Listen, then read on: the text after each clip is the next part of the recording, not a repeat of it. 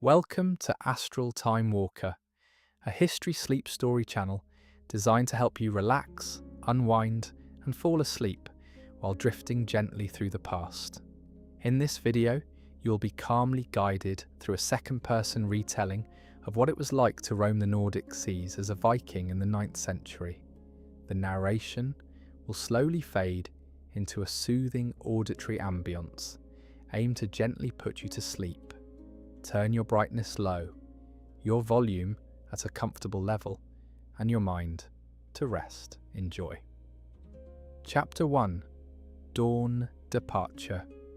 The world began with a sound, a low resonant groan of oak against stone. It was the Longship easing its weight from the fjord's embrace, a reluctant parting. The chill of the hour seeped through the thick wool of your cloak, a dampness that clung to everything. Your hands, already knowing their duty, found the smooth-worn wood of an oar. The shaft settled into your palms, a familiar geometry of callus and grip. You leaned into the first pull and the water resisted, then yielded with a thick swirl. The rhythm was born then, not from a drum or a voice, but from the synchronized dip and lift of a dozen blades, a heartbeat measured in liquid sighs. Behind you, the shoreline of home softened, the steep, dark green slopes where pines clung like stubborn beards, the smoke-smudged roofs of the hall, the tiny bright patch that was the home field, all of it blurred into a single grey-green smudge. The morning mist, rising from the water like a held breath, moved in to swallow the last details. A single turn cut across the grey sky, its cry a sharp, lonely stitch in the quiet. You did not look back again. To look back was to invite the weight of the land, and the sea demanded lightness. The scent of the ship filled your lungs, a compound smell of journey and preparation. Pine tar, warm and medicinal, seeped from the caulking between the planks. Damp wool from cloaks and sea bags released a smell like wet sheep. There was the subtler odour of cured leather from harnesses and the sharp, clean tang of the iron rivets holding the strakes together. This was the smell of leaving, a perfume of utility and slight regret. The fjord's sheltered waters were a slate-grey mirror, barely ruffled. Your oar stirred reflections of low clouds. The only sounds were the creak of rowlocks, the drip from lifted blades, and the soft wet whisper of the hull parting the water. The men around you were shapes in the gloom, their breath pluming faintly in the air. Shoulders rose and fell in a steady, unspoken tempo.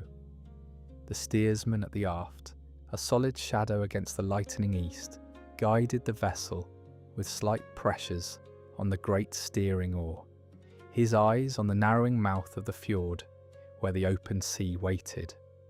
As the light grew, it painted the world in washes of silver and charcoal. The mist began to glow from within. Your muscles settled into their work, the burn in your shoulders, a comfortable, warming fire.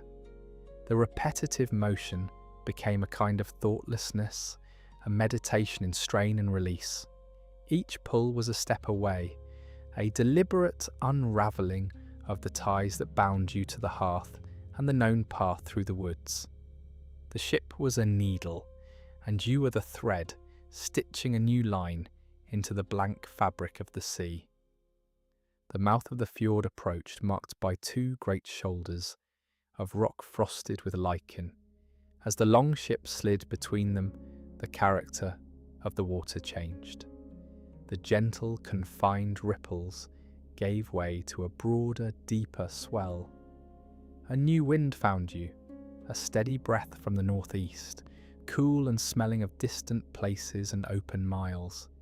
It brushed the mist into tatters, revealing a vast, empty horizon, the colour of hammered lead. The command to ship oars came as a low grunt. You lifted your blade from the water, letting it rest across the gunwale, and felt the ship come alive in a different way. It rose and fell gently on the ocean's pulse, a creature testing its element. Men moved with quiet efficiency, their footsteps a soft thunder on the deck planks. The great square sail, lashed to the yard, was unfurled. It dropped, a heavy expanse of woven wool, striped in faded browns and creams. For a moment it hung limp, then the wind caught it with a sound, like a giant's hand clap. The sail bellied out, taut and full. The ship leaned, took the strain, and began to move with a purpose that needed no labour from you. You found a place by the sheer strake, your back against the curved hull. The chill was leaving your cloak as the sun, still hidden behind a bank of cloud, began to warm the world. The last vestige of land was gone, absorbed into the haze astern. There was only the ship, the sea, and the sky, a vast three-layered world of wood, water, and air.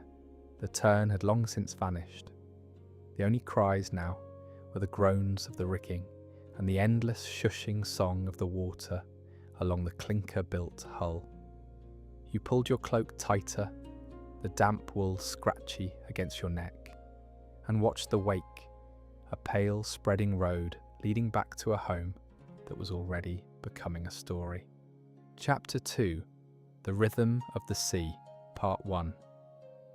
Open water now.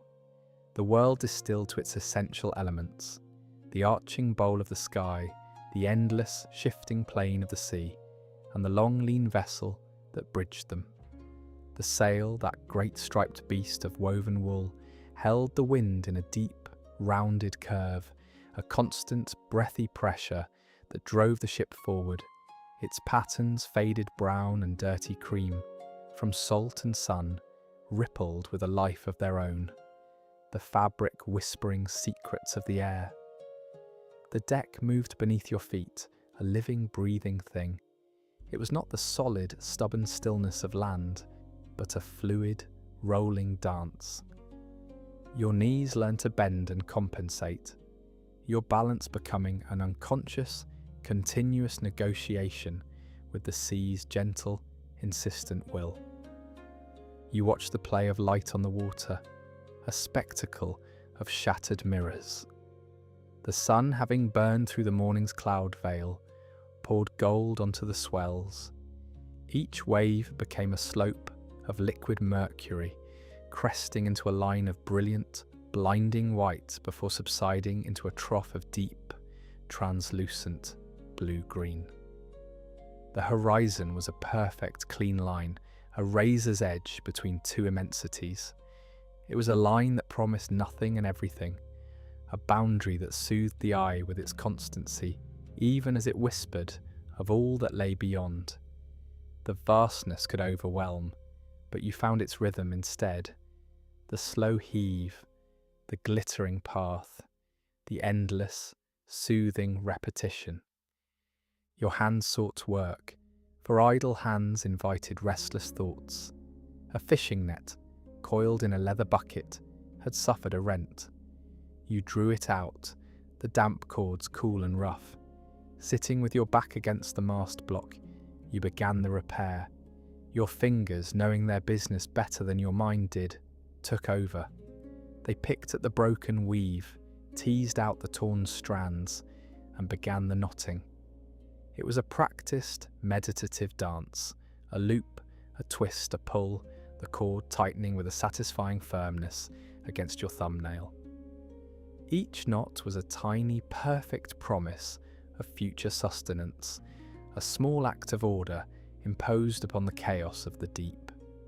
The repetitive motion stilled the internal chatter, aligning your own pulse with the ship's motion and the sea's sigh. The sun climbed its unseen arc, its warmth a palpable weight on your shoulders and face. The chill of the dawn departure was a memory, baked away by the steady glare. The heat drew out the scents of the ship, the hot, resinous smell of the tarred seams, the oily aroma of the wool sail, the faint, briny tang of drying seaweed caught in the strakes. Sweat beaded on your brow, tracing a slow path down your temple. You welcomed it. This clean, salt-tinged heat, so different from the smoky, enclosed warmth of the longhouse hearth. Around you, the crew settled into the watchful lassitude of a fair-weather passage.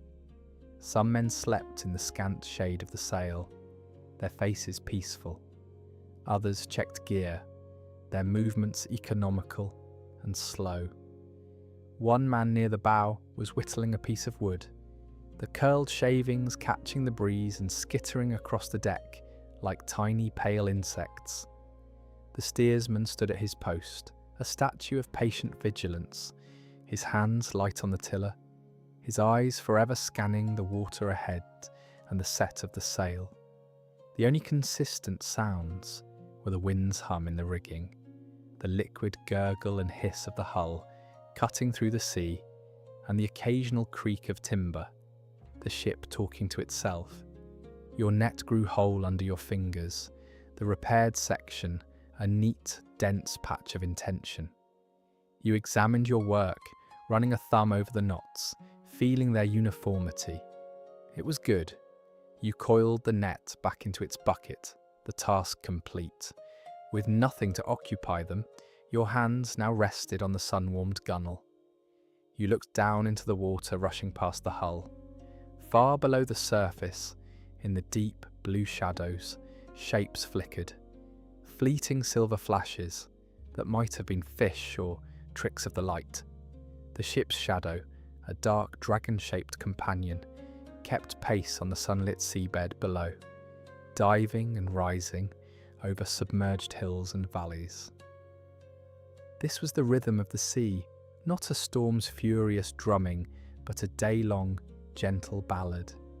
It was a time for the body to rest and the mind to wander, for muscles to recover, and for the soul to stretch out into the spaciousness. The emptiness was full of a peculiar, profound peace. The land, with its dense tangles of obligation and memory, felt like a dream. Here there was only the present moment, the warmth on your skin, the salt on your lips, the solid deck beneath you, and the limitless blue ahead. You closed your eyes, letting the sun paint red patterns on your eyelids, and simply existed within the cradle of the ship's motion, a tiny conscious part of the great breathing world of water and wind.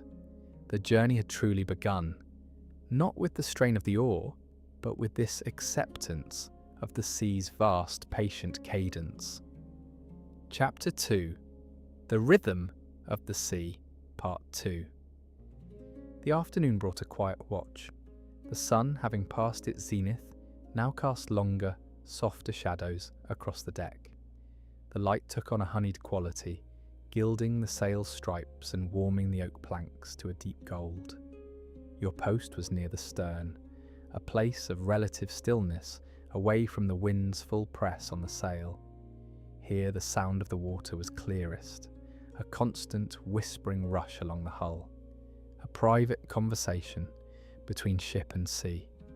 You tasted salt on your lips, a permanent, pleasant grit that came from the spray and the air itself, a tangible reminder of the ocean's pervasive presence.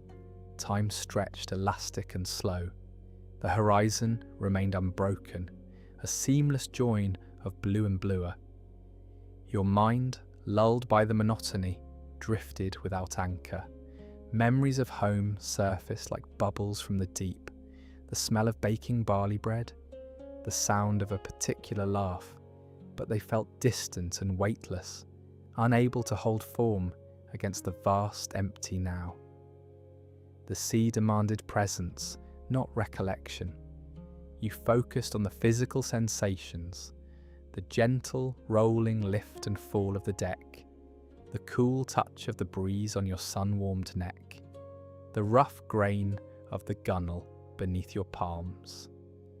A companion on watch moved past, his footsteps a soft thump on the planks. He carried a water skin, a fat, glistening bladder of leather.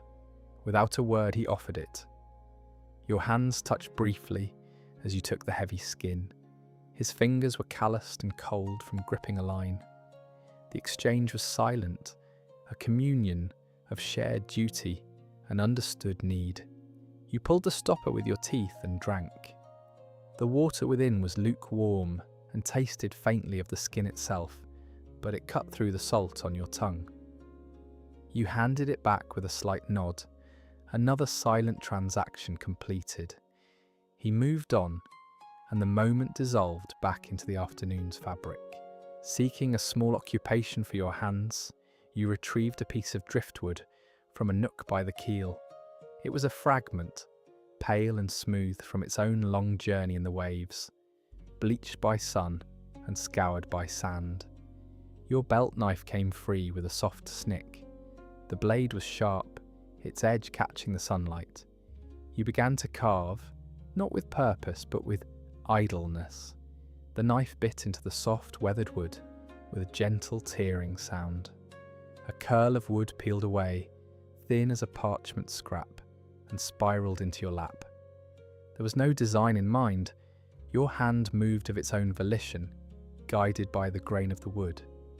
The blade traced a wandering line, then another crossing it, creating a simple, interlocking pattern that might have been waves or branches or nothing at all.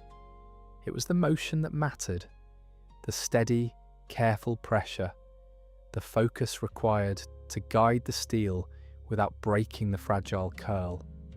Each shaving lifted away, releasing a faint, sweet smell of sun-bleached timber, a scent of beaches and forgotten tides. The shavings accumulated in your lap, a small growing nest of pale aromatic curls. The world simplified further. It became a trinity of elements: water, sky, and wood. The water was the endless murmuring field on which you travelled. The sky was the immense arching dome under which you lived. The wood was the vessel that carried you, the tool in your hand, the very shavings in your lap, the tangible worked substance of your existence between the two immensities. You were a creature of the in-between, of the crafted thing navigating the uncrafted vastness. The carving grew deeper, the pattern more defined under your thumb. It was a spiral now, turning in upon itself, a journey with no beginning or end. The repetitive motion was akin to the mending of the net, a meditation that stilled the internal world. Your breathing slowed to match the gentle oscillations of the ship. Your awareness narrowed to the point of the knife, the resistance of the grain, the growing shape in your hand. The vastness of the sea, which could so easily evoke awe or dread, became merely the context for this small, precise act of creation. You were not defying the emptiness. You were simply adding a tiny, deliberate mark to it, a record of a quiet afternoon on the open water. The sun dipped lower, its light slanting across the deck in long, luminous bars. The shadows of the rigging stretched like dark nets over the planking. The air began to cool, a fresh edge returning to the breeze. You blew the loose shavings from your lap, watching them catch the wind and flutter over the side, tiny white specks vanishing into the ship's wake. You examined the piece of wood in your hand.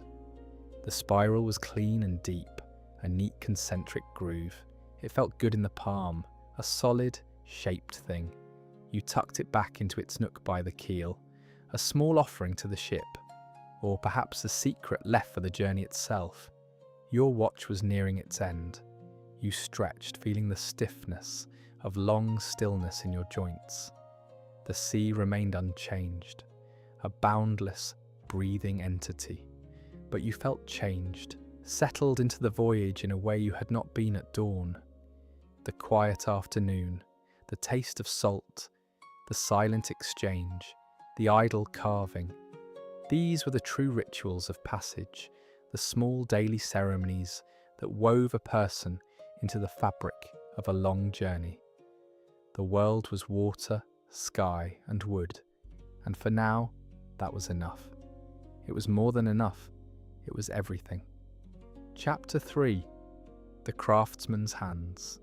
Evening brought a calm so profound it felt like a held breath. The wind died to a whisper, leaving the great striped sails slack, a furled giant lashed to the yard. The Longship drifted on a sea of molten copper. The sunset, bleeding gold and rose across a sky swept clean of clouds. In the stillness, a new sound arose, clear and purposeful. The keen rhythmic song of a whetstone against steel. You sat on a sea chest near the iron hearth box, a small portable forge that sat on a bed of sand in the ship's waist. The fire within was low, a bed of glowing coals that pulsed like a hidden heart. Its light painted the world in a warm, dancing chiaroscuro. Long, liquid shadows leaped up the curve of the furled sail, then retreated, making the woven beast seem to breathe. The air, still warm from the day's sun, now carried new scents, the mineral tang of the sharpening stone, the rich, organic smell of honing oil, and beneath it, the ghost of hot metal from tools recently tempered. This was the smell of readiness, of care, of promises kept to the weapons that kept you alive. In your hands was your axe, its haft, smooth from years of your grip, rested against your thigh. The blade lay across your knees, a crescent of dark iron catching the firelight along its edge. You took up the whetstone, a smooth grey river rock worn flat by use. You dribbled a few drops of oil from a small horn onto its surface, the liquid darkening the stone. Then you began. The first long pull was a commitment. You set the stone's edge against the axe blade's bevel, angled it with a precision born of 1,000 repetitions, and drew it down the curve in one smooth, unwavering motion. The sound was a crisp, singing hiss, a note of intense focus. It was not a grind, but a whisper of friction, a conversation between stone and iron. You felt the texture through your fingers, the slight drag of the stone biting into the metal, the subtle vibration travelling up your arm. This was not a task for the eyes alone, it was a tactile dialogue. You listened with your hands, feeling for the true edge, for the minute inconsistencies that spoke of a previous strike on bone or hard wood. Pull after pull, you worked. The rhythm was slower than the rowing, more deliberate than the net mending. Each stroke was an act of restoration, of returning the blade to its essential, perfect purpose. The firelight gleamed on the newly exposed metal, revealing a bright silver line emerging from the darker patina of the older steel. The coals hissed softly, a counterpoint to the stone's song. Around you the crew engaged in similar, silent rituals. A man nearby ran a cloth soaked in linseed oil along the length of his spear shaft, the wood drinking the liquid and deepening to a rich amber. Another carefully inspected the stitching on his leather bracer, his fingers probing for weakness. Your world narrowed to the line of the edge, the vast empty sea, the immense sky. They receded into a backdrop. All that existed was the pressure of your thumb on the stone, the alignment of your wrist, the gradual, satisfying revelation of sharpness. This maintenance was a covenant. It was a promise made to the tool, and by extension, to yourself and your shipmates. A dull axe was a betrayal. A sharp one was a statement of intent, a declaration that you respected the work to come, be it the shaping of timber or the grim business of battle. It spoke of a future where your hands would need to act without thought, where the quality of your edge could mean the difference between life and death. The shadows grew longer, the firelight brighter against the deepening twilight. You switched to a finer stone, its surface almost silken. The sound changed, becoming a softer, whispering sigh. Now you were polishing, refining, chasing away the last microscopic teeth left by the coarser stone to create an edge that was not just sharp, but seamlessly keen. You tested it finally, not by sight, but by touch. With utmost care, you drew the ball of your thumb across the edge, not along it. You felt not a bite, but a strange cold adhesion, as if the metal wanted to cling to your skin. It was sharp enough. You wiped the blade clean with an oily rag, sheathed it, and laid it beside you. The simple act left you with a deep, quiet satisfaction.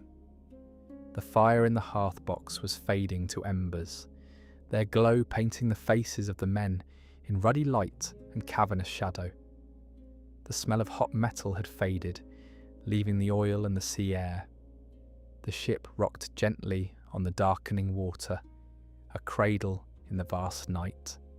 You had not spoken a word, nor had anyone else. No words were needed. The song of the whetstone had said it all, a hymn of preparation, a melody of vigilance.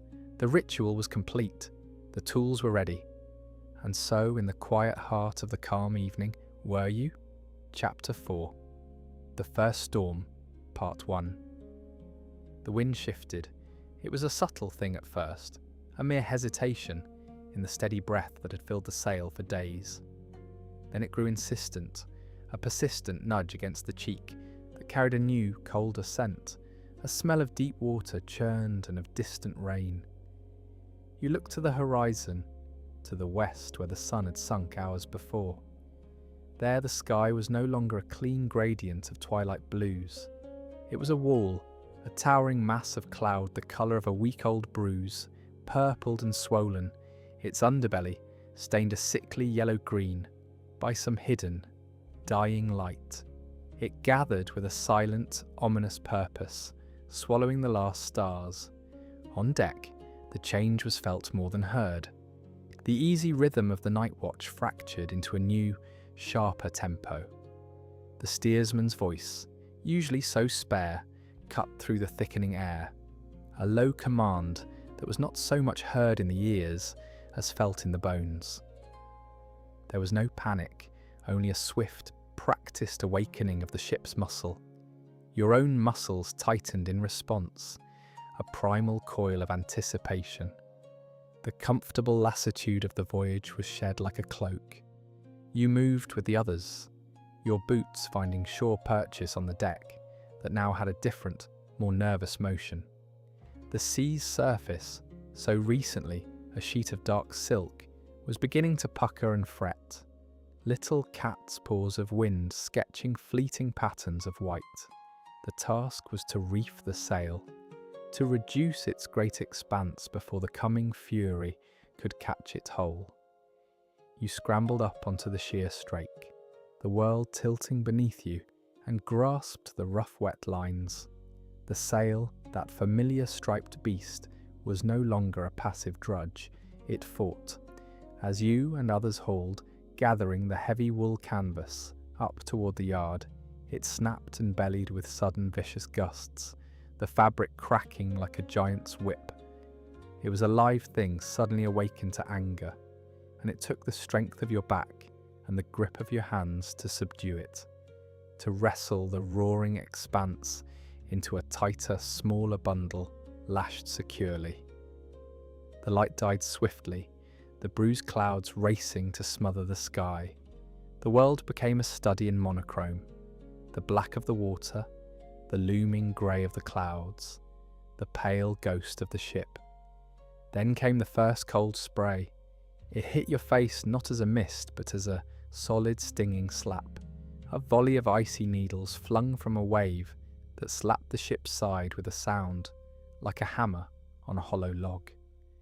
The salt taste on your lips was now sharp and brutal. The sea's mood had changed irrevocably. Its gentle rolling murmur deepened into a low resonant groan, a bass note that vibrated up through the hull timbers and into the soles of your feet. It was the sound of a great beast stirring from the abyssal dark, a vast impersonal power flexing beneath the thin skin of the world. The wind's insistence became a howl, a sustained note that tore at your clothes and screamed in the rigging. the ship began to move differently. No longer a smooth glide, it was a series of lurches and hesitations, climbing the face of growing swells that rose like black hills from a suddenly chaotic plain. Water, solid and green, sloshed over the lee gunwale, pouring across the deck boards in a sudden shocking flood of cold that soaked you to the knee before draining away through the gaps. You braced, legs wide, one hand gripping a stay line so tightly the rough fibres bit into your palm. The deck dropped away beneath you as the ship slid into a trough, a sensation of weightless falling that clenched your gut. Then the bow rose, aiming for the dark sky, climbing, until at the crest you could see the terrifying, white-flecked chaos of the seascape before plunging down again. The rain arrived, not as drops, but as a single, plunging curtain. One moment the air was full of spray and wind. The next, it was a solid wall of water, a drumming, blinding deluge that erased the world beyond the ship's length. It hammered the deck with a noise like 1,000 fists, washing the salt crust from the planks, streaming from your hair and finding every gap in your clothing. The cold was total, a penetrating chill that bypassed flesh and sought the marrow. Yet within it, a fierce heat kindled, the heat of effort, of focus, of sheer survival. There was no room for thought, only reaction. You moved when needed, hauled when commanded, held on always. The ship was no longer a vessel carrying you. It was a living partner in a desperate dance, and every man aboard was a single nerve in its straining body. The storm had them, and the only answer was to move with it, to become an extension of its wild, roaring will. Chapter 4. The First Storm, Part 2. The Longship rode the swelling waves not as a conquered thing, but as a great wooden creature born for this very chaos.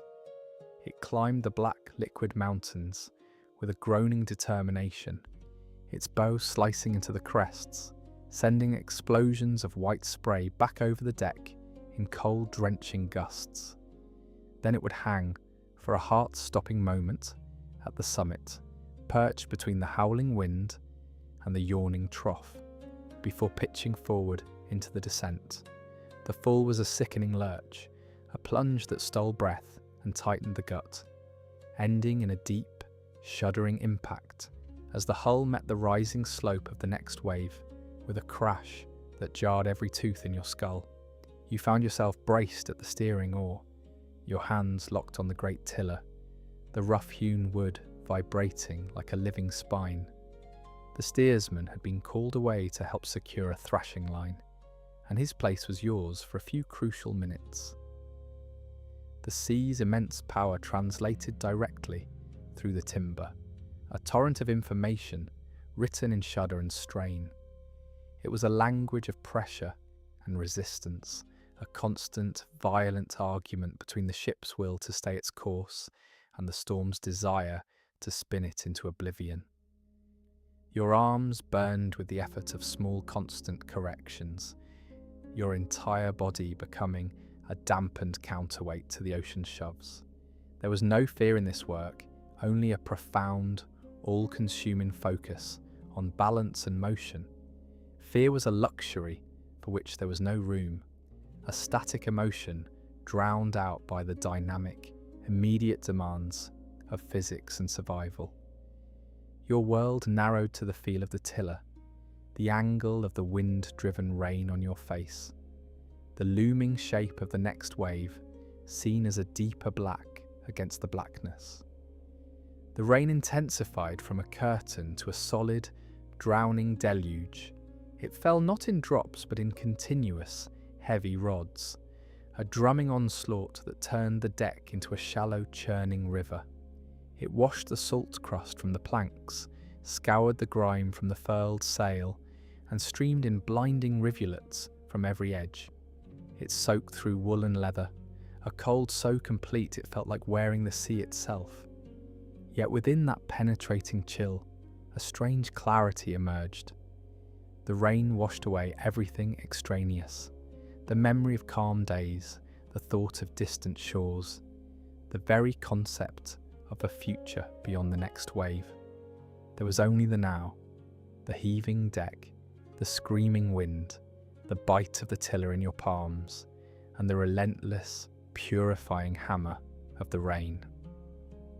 As quickly as it had seized them, the storm's grip began to loosen. The howl in the rigging dropped to a roar, then to a fierce moan. The black walls of cloud to the east began to tatter, revealing ragged glimpses of a lighter grey behind them. The waves, though still mighty, lost their frenzied, chopping violence and settled into a more regular, rolling rhythm.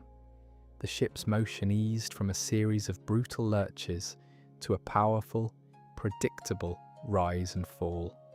The rain thinned, the drumbeat on the deck softening to a patter, then ceasing altogether.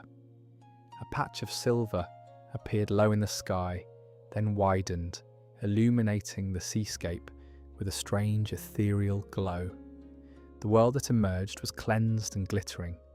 Every rope, every rivet head, every plank gleamed with a film of fresh water. The air, scrubbed clean of salt haze, was sharp and cold, carrying the sweet, empty smell of ozone and renewed vastness. The sea itself was a transformed creature, no longer a menacing black chaos, but a rolling expanse of deep, luminous blue-green, its surface dancing with a million points of reflected light from the breaking clouds. The waves still marched, great hills of water, but their crests now foamed with a gentle, almost friendly white, and the troughs were valleys of pure, translucent indigo.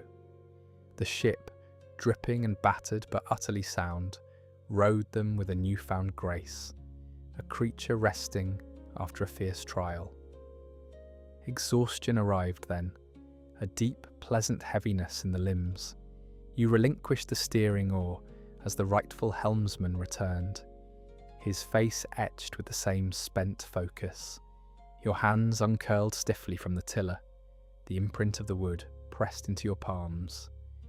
You moved to the side, gripping the gunwale not for support, but simply to feel the solidity of the ship, still humming with the memory of the storm.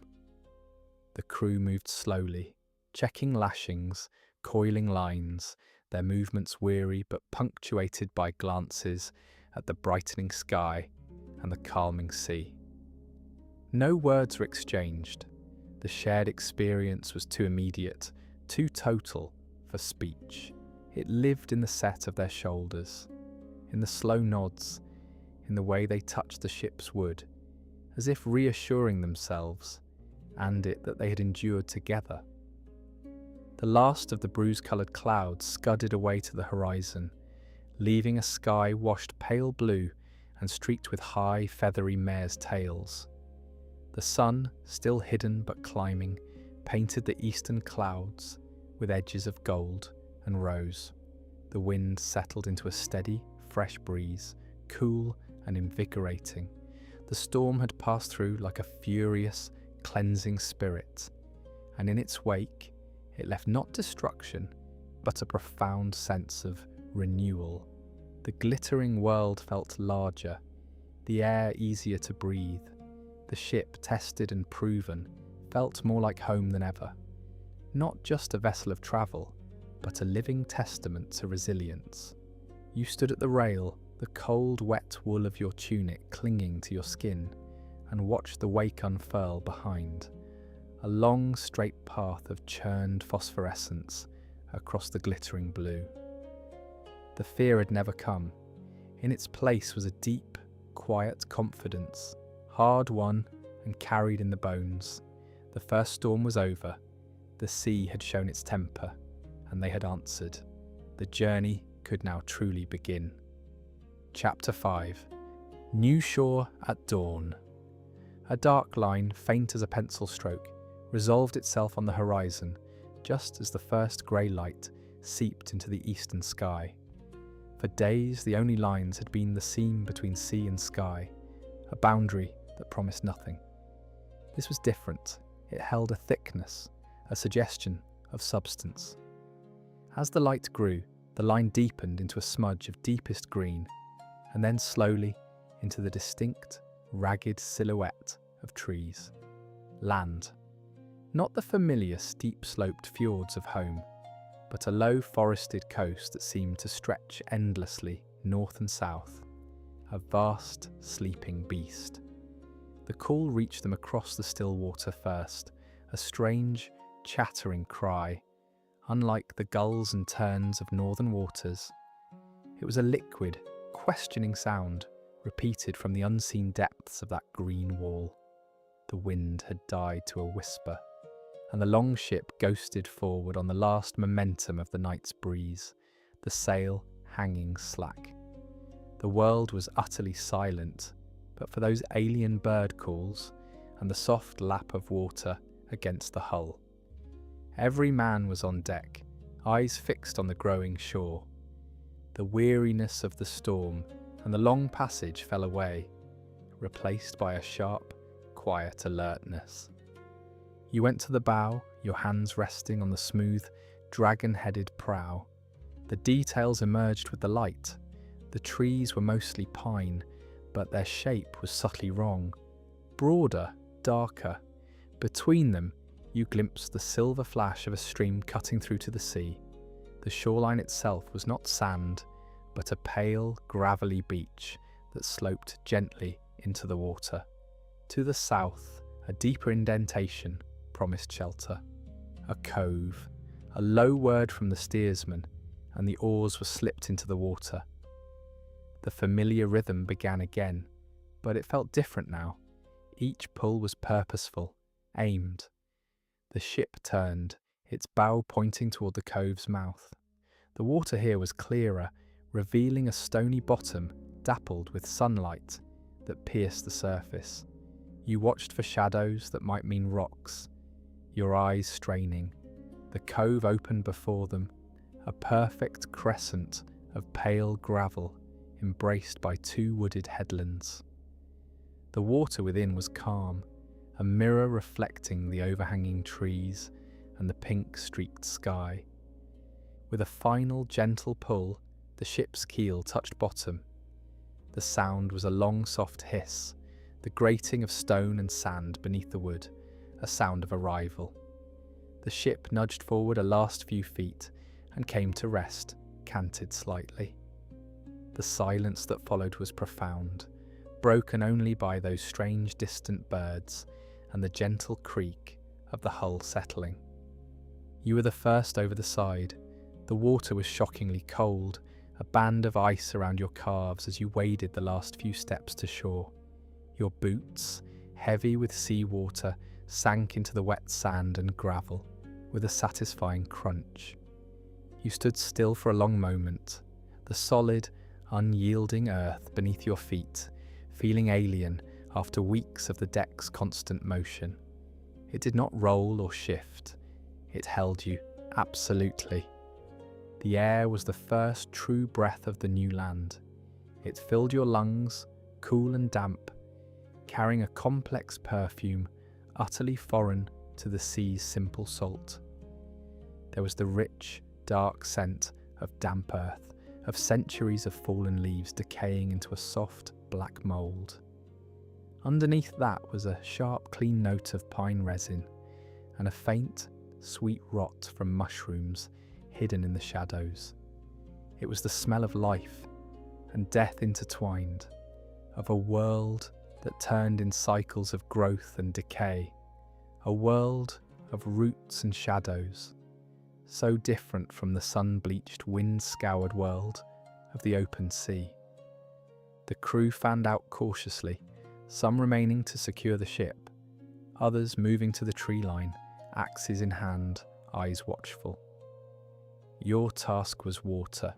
You took 2 empty barrels and a yoke, following the sound that had been a silver flash from the ship, the chuckle and gurgle of a stream. It was not far.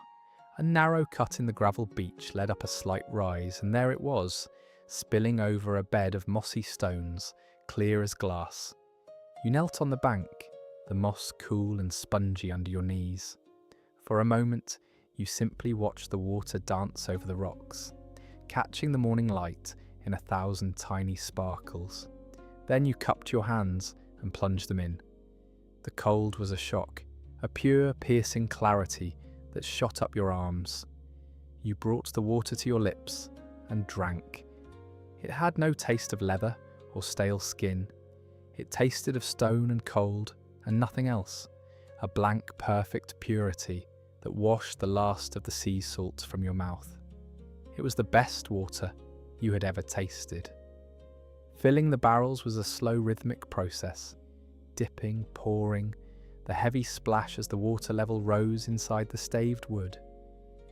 The sound of the stream was a constant, cheerful companion. As you worked, your eyes took in the details of this new place. Ferns unfurled in tight coils near the water's edge. A tree with smooth pale bark and leaves, like spread hands, grew at an angle over the stream. A beetle with a brilliant blue-green shell trudged across a wet stone. Everything was unfamiliar, yet everything felt intensely, vibrantly alive. This was not a barren rock or a wind-swept skerry. This was a land of abundance, of hidden life, of deep, quiet power. With the barrels full you stood, the yoke settling across your shoulders with a familiar weight. You took one last look up the stream, where it vanished into the deep, green gloom of the forest. What lay up there? What paths, what clearings, what eyes watched from the shadows?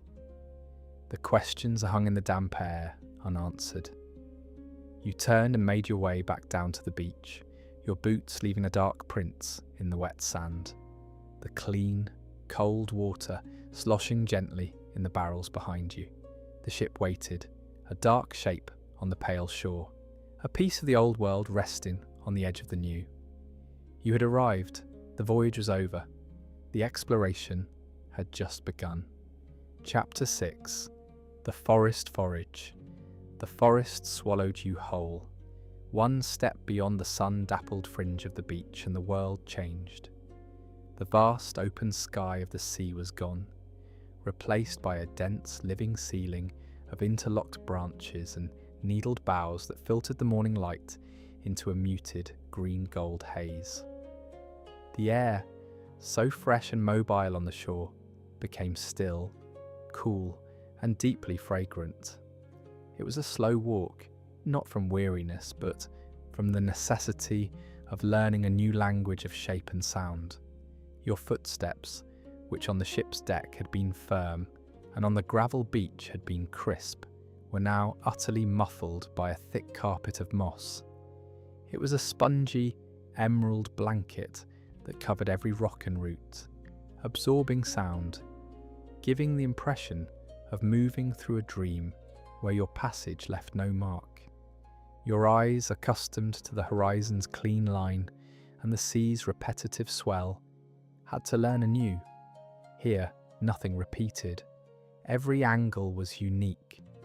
You saw the gnarled twist of a root bursting from the soil like a giant's knuckle, draped in a velvet shawl of the same moss.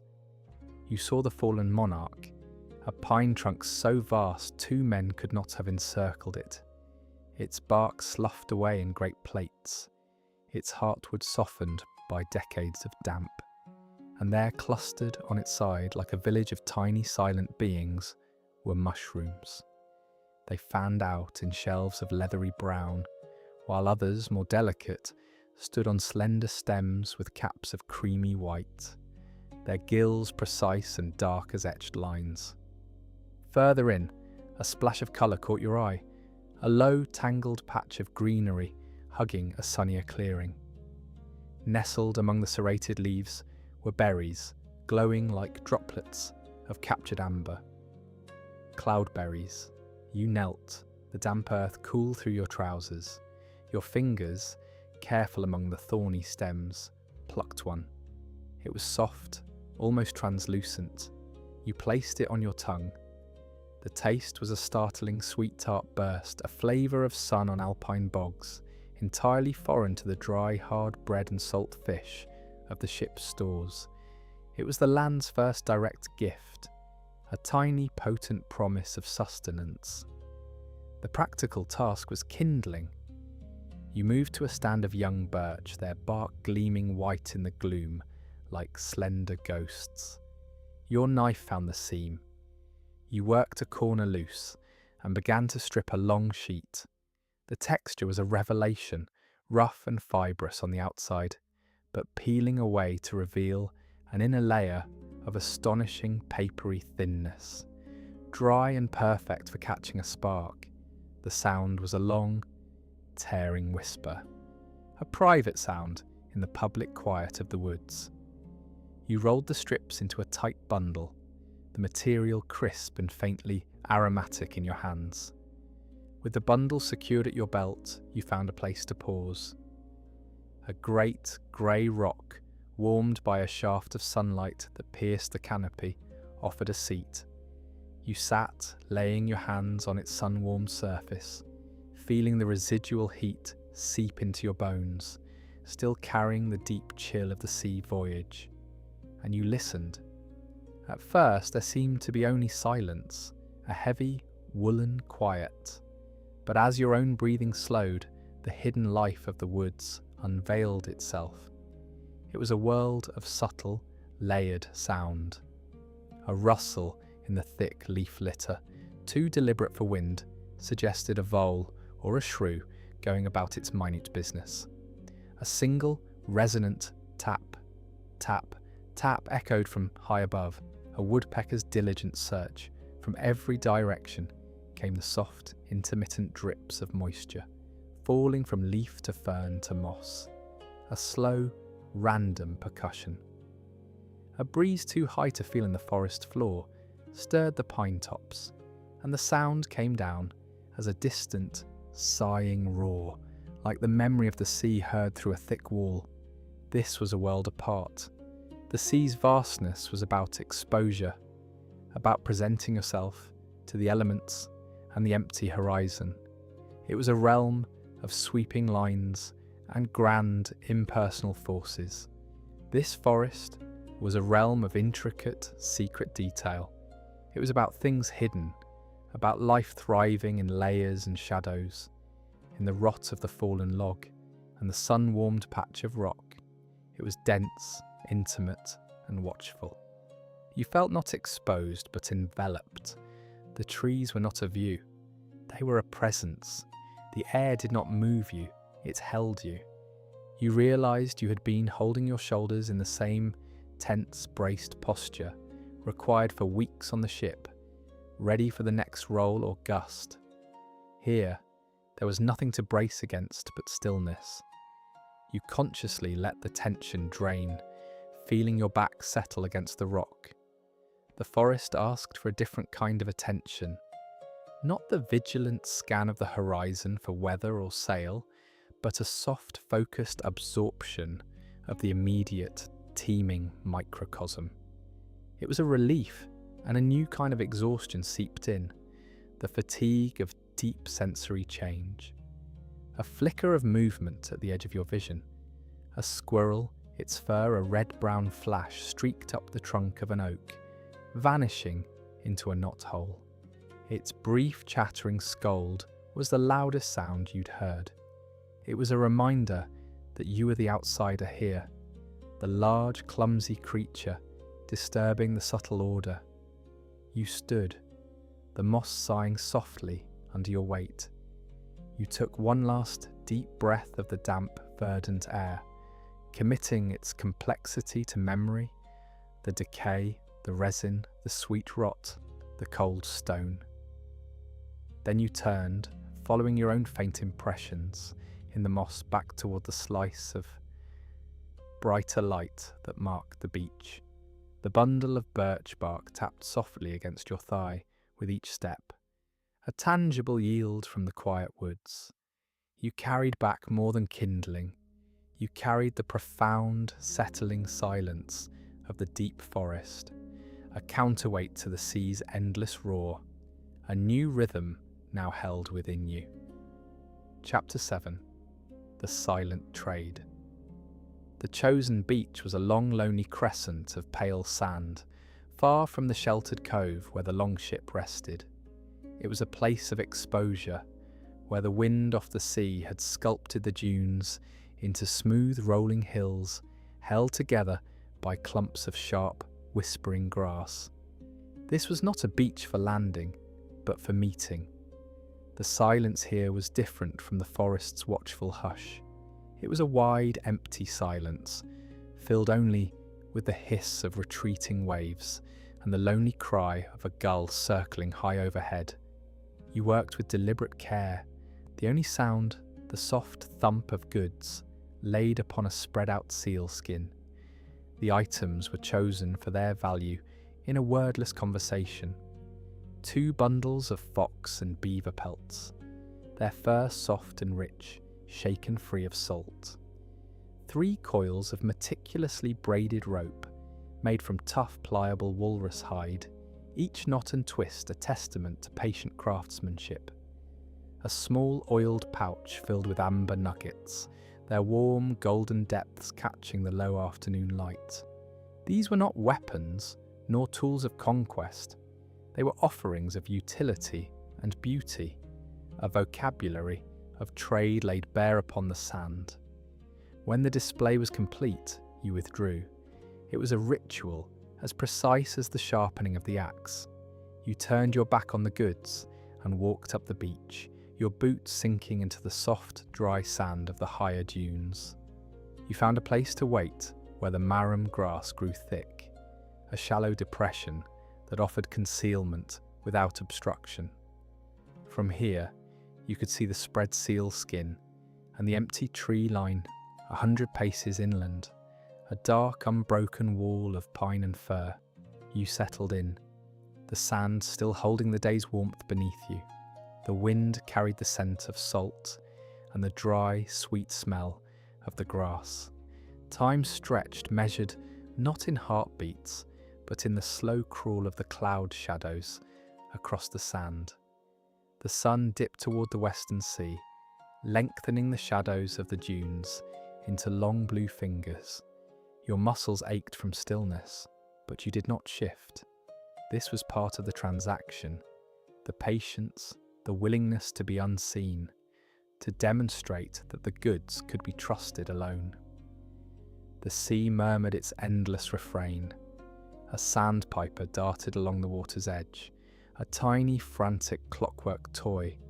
The gull circled, then vanished, then a flicker, a subtle break in the solid line of the tree line. You held your breath, making yourself a part of the dune. Figures emerged, not from the sea, but from the land's deep shadow. There were 3 of them, moving with a fluid, cautious grace that made them seem like extensions of the forest itself. They were dressed in skins of a different cut, their hair dark and long. They paused at the edge of the sand, scanning the beach, the dunes, the empty horizon. Their scrutiny was palpable, even at a distance, a physical pressure in the quiet air. Satisfied, they approached the sealskin. They did not rush. Their movement was a slow, deliberate glide. They stopped a few paces from the goods, their eyes taking in every detail. One knelt, his hand hovering over the furs before finally touching them, his fingers testing the thickness of the pelt, the softness of the underfur.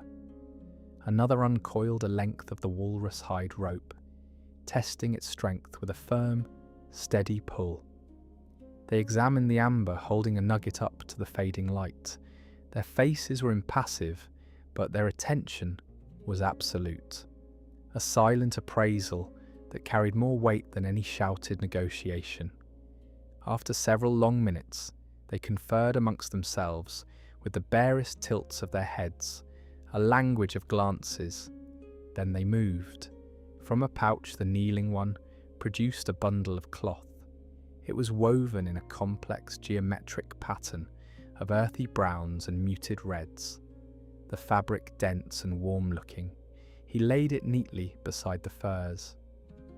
Another placed a small heavy object next to the coils of rope, an ingot of metal, dull and grey, not the bright sheen of silver or the rich glow of copper, but something else, pewter perhaps, or a soft, lead-like alloy. It was heavy for its size, a lump of potential. A third figure added a handful of small carved bone tokens, each incised with minute swirling patterns that might have been maps or stories. They took nothing immediately. Instead, they stepped back, observing their own offerings beside yours, as if judging the balance of the silent equation. A nod, almost imperceptible. Then, with the same deliberate care, they gathered your goods, the furs, the rope, the amber pouch. They did not snatch or grab. They lifted them respectfully, turning to melt back across the open sand toward the tree line. They did not look back. In moments, they were gone, absorbed into the green gloom as if they had never been. You waited until the shadows had grown long enough to touch the seal's skin. Then you rose, your joints stiff, and walked down to the meeting place. The air where they had stood felt different, charged with a recent, silent presence. You examined their offerings. The woven cloth was thick and expertly made, warmer than wool. The ingot was cool and heavy in your palm, its purpose unclear, but its value in its rarity undeniable. The bone tokens were light, their carvings exquisite and mysterious. You gathered them, folding the cloth around the metal and tokens. No words had been exchanged, no names, no threats, no promises. The entire transaction had been one of quiet observation and mutual need, conducted in a vacuum of speech that felt more profound, more honest than any market haggling. It was a trade of essence for essence, object for object, with the vast empty beach as the only witness and the whispering dunes as the only guarantor. You turned and walked back toward the distant cove, the new unfamiliar weight of the cloth bundle in your arms. The first thread of connection with this land had been spun, not with a shout or a blade, but with silence, patience, and the careful, mutual evaluation of worth laid bare on the sand. We have reached the end of this video's narrative section.